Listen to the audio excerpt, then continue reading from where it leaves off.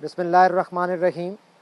14 अगस्त यौम आज़ादी बिला शुबा ये तजदीद अहद का दिन है, जहाँ पर हम अल्लाह रब्बुल इज़्ज़त का शुक्र बजा लाते हैं और हैसियत पाकिस्तानी हमें इस बात पर फ़ख्र है।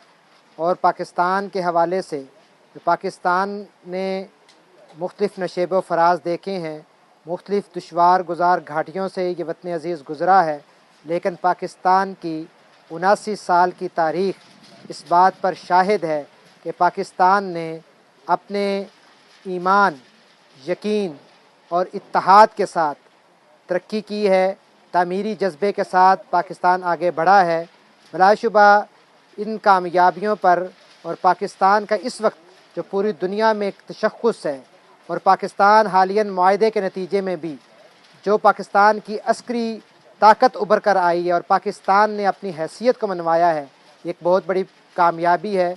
ओवरसीज़ पाकिस्तानी होने के हैसियत से मैं पाकिस्तानी कौम को इन कामयाबियों पर मुबारकबाद पेश करता हूँ। और इस लम्हे नज़रिया पाकिस्तान की बुनियादों की तजदीद करने की भी ज़रूरत है, और अपने इस्लामी तशख़्ख़ुस को, अपनी इस्लामी तहज़ीब व तमद्दुन को हमें दोबारा से असर नो तरोताज़ा करने की ज़रूरत है। और पाकिस्तान को बहैसियत इस्लामी फ़लाही रियासत बनाने का जो जोहद है, उसकी तरफ हमें आगे बढ़ने की ज़रूरत है। और मैं इस मौके पर पूरी कौम को 14 अगस्त की मुबारकबाद देता हूँ।